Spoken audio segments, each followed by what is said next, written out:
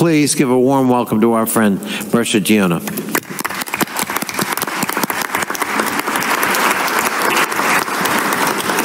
Thank you so much, President Connolly. Best regards from Secretary General Stoltenberg. He's today with our Spanish allies celebrating the 40th anniversary since Spain has joined our great alliance. Ladies and gentlemen, dear friends and colleagues, it is wonderful to see you all again in person. I was always delighted to engage with NPA parliamentarians, our indispensable link to our democratic societies, and essential partners to strengthen our incredible alliance. Let me also extend a special thanks to our Lithuanian hosts.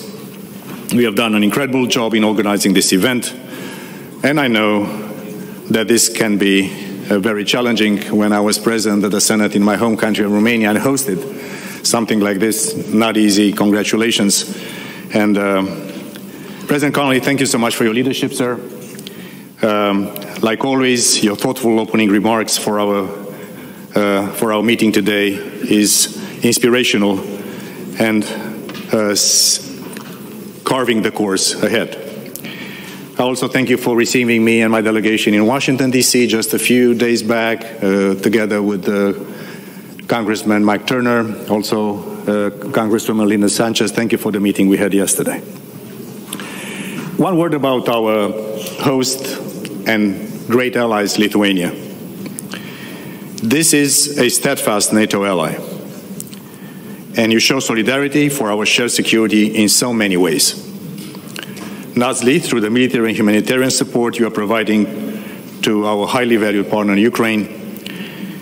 And thank you so much also to Yehor and the Ukrainian friends for the very powerful messages they sent to all of us. Because indeed, the courage, determination, bravery, heroism, and a sense of destiny that Ukrainian people have shown is an inspiration and a moral obligation for all of us to continue to help our partner Ukraine. I would like also to say a word and welcome. I look forward to the meeting with the speakers of Sweden and Finland.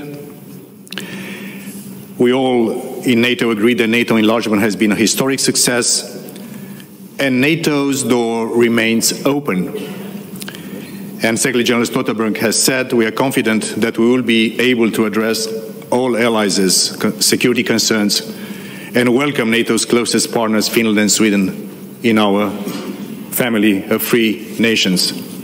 We salute the decision of our partners to join our great alliance.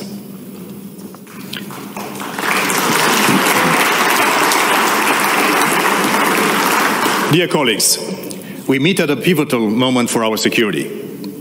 President Putin's war against Ukraine has shattered peace in Europe and shaken the entire international order. The bloodshed we thought Europe had banished to the history books is back, and Russia's brutality knows no bounds. It is destroying the lives and livelihoods of millions of Ukrainians, and it has lasting repercussions that threaten the peace and stability in Europe and beyond. Putin's war has triggered the largest humanitarian crisis in Europe in decades. It threatens even greater humanitarian and food crisis well beyond Europe's borders. We must therefore also counter Moscow's narrative that sanctions are at fault. This is a lie. Sanctions are not the cause. Putin's war is, and the perpetrators shoulder the full responsibility. It shows that revisionist, authoritarian regimes will not hesitate to use brute force to bring misery to others, to trample over the sovereign rights of other nations that tear up the international order. But Moscow's invasion is not going to plan. President Putin did not bank on the bravery of Ukrainian people, the capability of Ukrainian forces, and the formidable support that we all have shown in front of this atrocious war. Ukraine can win this war, and we must continue to do everything we can. to help Ukraine uphold its right to self-defense, enshrined in the UN Charter. Over many years, and in particular since Russia's illegal annexation of Crimea in 2014, NATO and NATO allies have trained tens of thousands of Ukrainian forces. Compared to 2014, Ukrainian forces are bigger, better led, and better trained and equipped. And we see the difference this is making every day on the battlefield. In the last 3 months, we have significantly stepped up our support for Ukraine, providing billions of dollars of weapons and their assistance. And I would like to thank the national parliaments represented here for the indispensable role you played in making sure that we are up to the task. Thank you, ladies and gentlemen, for your leadership in this very important moment of European history. We must continue to step up and sustain our military support, building on the work of the Ukraine Defense Contact Group under US leadership, enabling us to meet Ukraine's needs more rapidly in the crucial next weeks. In addition, allies have imposed unprecedented sanctions to hinder Putin's war machine in close coordination with our partners in the European Union, and joined by global partners from Switzerland to South Korea. We must be prepared to stay the course and sustain our efforts, applying maximum pressure on President Putin to end this war and to do all we can to support Ukraine for the long haul. In looking at our own societies, I think we can be proud of how us, as political leaders, but especially our citizenry, our businesses, our civil society, have reacted. We are witnessing a re-galvanization of our belief in democracy, of freedom and open societies. I would like to thank every single citizen from our family of nations for the effort to host refugees, to fundraise money, like the superb fundraising in Lithuania just the other day. Congratulations, the people of Lithuania. Congratulations, the people of our great alliance. This is who we are.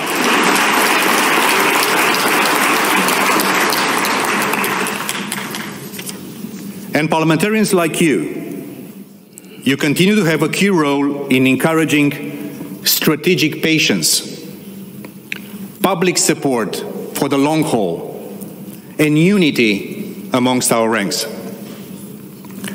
Let there be no mistake. Putin is putting our societal and democratic resilience to the test. Whenever and however this war ends, its consequences will be long-term and far-reaching. Not only for Ukraine, but for all of us. And not only for all of us in the transatlantic family of democratic nations, but for the rest of the world as well.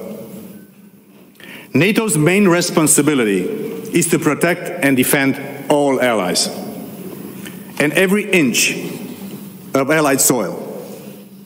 So we have significantly stepped up our deterrence and defense. Since the start of the year, we have doubled the number of multinational battle groups from the Baltic to the Black Sea. We have now over 40,000 troops under direct NATO command, backed by significant air and naval assets. We have 100,000 troops on high alert, ready to respond to any aggression. At the Madrid summit, our leaders will take important decisions to enhance our force posture further on the whole of the eastern flank. This is deterrence, and removing any shadow of a doubt, and leaving no room for misunderstanding or miscalculation in Moscow. Not to provoke conflict, but to prevent conflict and preserve peace. These actions build on the biggest adaptation of NATO's collective defense since the end of the Cold War. Following Russia's first invasion in Ukraine in 2014, we have deployed battle groups in the eastern part of our alliance. I personally had the honor, together with the President of the Republic of Lithuania, to visit the German-led multinational battle group here in Lithuania just a few months back.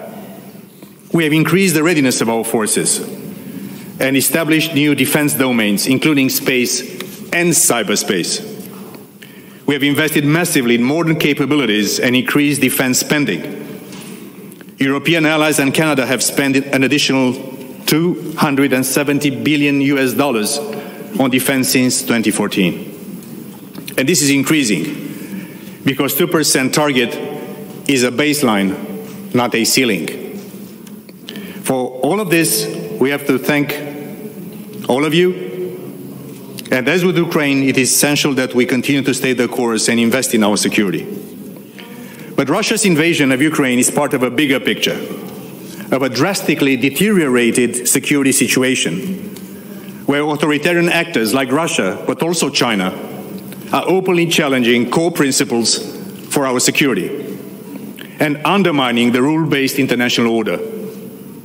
So we must prepare for this new reality of growing strategic competition and increasingly complex security threats. I know you have been discussing the many different challenges we face over these past days and look forward to the decisions you'll take at the end of this assembly. At our summit in Madrid next month, we will agree NATO's new strategic concept, our vision for keeping our 1 billion people safe in this more dangerous world. Let me thank this Assembly again for your active participation in the process, including the recommendations you presented to the Secretary General and all of us in the North Atlantic Council. And look forward to see President Connolly with us in Madrid at the summit. Our world has changed radically since our current strategic concept was agreed in 2010. The Euro-Atlantic area is no longer at peace. It is Russia under Putin that walked away from all international norms and agreements, including the NATO-Russia Founding Act. We must fully take account of existing and emerging challenges, from climate change to cyber and increased competition for technological dominance, and secure the impacts of China's coercive approach. Our new strategic concept is an important opportunity to reinforce NATO's core values and purpose, including our democratic resilience, to strengthen NATO as the organizing framework of our collective defense, to reset our deterrence and defense for the long term, and enhance the resilience of our societies, and to work more closely with like-minded partners from the European Union to the Indo-Pacific. In essence, to defend our way of life, and to defend our values, and to defend our freedom, and to defend our rule of law, and to defend the right of today's and tomorrow's generations of our societies, together with Ukraine, to flourish and prosper under democracy and not live in closed societies. For all of this, we need a strategy but also the resources and capabilities to match our ambition. Through national defense spending, I applaud the decision today in the German Bundestag for the fund to the Bundeswehr. Through national defense spending, NATO's common funding is important, and especially in these trying and unpredictable times, we must match the level of political ambition that our leaders have set for ourselves, and that is required of this great alliance. More common funding helps us to exercise more together, to preposition equipment, and to ensure better interoperability. And last but not least, we will uphold, and I say it again, and will always say it, will uphold the values and principles that we hold dear. Dear friends and colleagues, this is one of those moments in history. We are and we should continue to rise to the occasion and ensure that future generations can look back with pride and gratitude that we stood firm in defense of freedom, of rule of law, and rule-based international order. I'm convinced that we will succeed, and I'm convinced we will emerge more resilient. I'm confident that we will be even more determined than ever before. So I continue to count on you as the voice of our 1 billion people, as the guardians of our democratic values. Your continued support for NATO sends the message, a message heard loud and clear, of our unity, of our solidarity, of our strength.